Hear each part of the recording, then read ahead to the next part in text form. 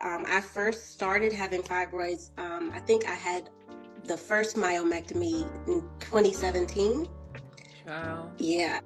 And then it was 2021. I was on birth control and then my periods were just bleeding through the pills that it wasn't supposed to be. And my OBGYN said, try just taking the pill straight through without giving a break for it to have a period. And that completely messed me up. It did the opposite. And I don't remember how long I went trying that, but my period never went off. So I went back to regular, and it was never the same since then. So got to a point where 2023 is when it started. I was just bleeding for 3 weeks straight. 1 week off, 3 weeks on, 1 week off. Oh my goodness. Right. Yeah. This is horrible. The pain, the fatigue, I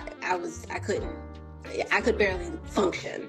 And I prayed and I said, God, heal me, but also bring me to someone that actually knows what they're talking about. Because I went to 3 OBGYNs.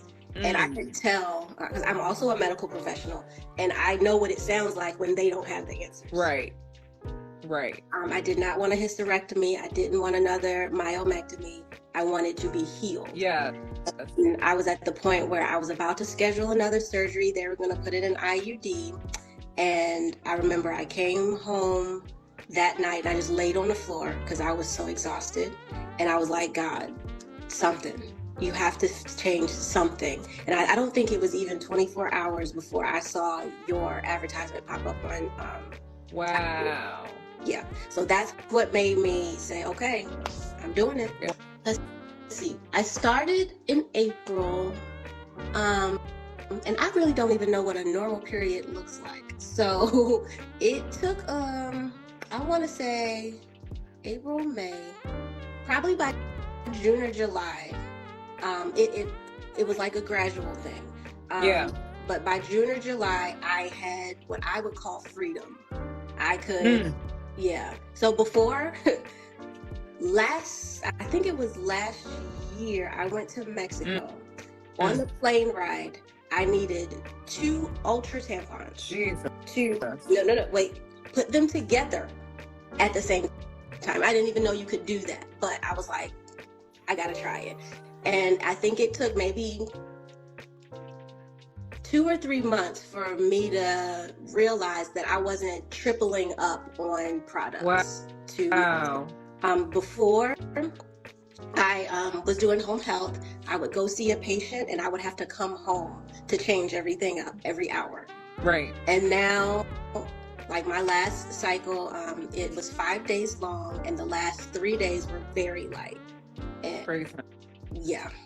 Praise him. The energy is back. The pain is almost gone. Yeah, and go back out. So literally, your job was literally a function of your period problem? Yes. My Lord. And the job itself, I was just working too much because you still have to do your 8 hours, but it's spread out because I'm coming home and going back and coming home and going back. So I was the number of hours I was spending working, and it was just so much stress. And then I couldn't make a proper lunch, so I wasn't eating healthy. So now that everything is fixed, I was able to apply for a nicer job that's a lot less stressful, but I'm in a facility for 8 hours. And that's a normal day, but I would not have been able to do that before. I would say it's definitely worth it. It's 100% worth it. The doctors are trained to treat the symptoms, and you want to get with somebody who knows the root cause. And all these different causes for different things are so different. So you can't just read on the internet and watch YouTube and try something that works for one person, because your issues might be different. So it's worth getting with a professional who knows exactly what to tell you to do, and then do it. It is worth it.